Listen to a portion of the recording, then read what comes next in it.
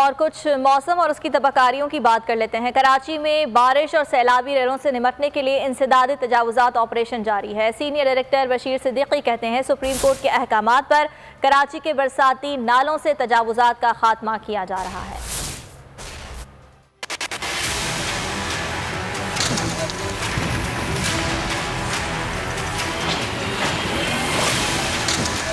बरसाती नालों से तजावुजात खत्म करने का मिशन। कराची के सबसे बड़े नाले पर ऑपरेशन। गुज्जर नाले पर 10 मुकामात और उरंगी नाले पर 6 मुकामात पर तजावुजात के खिलाफ ऑपरेशन किया जा रहा है।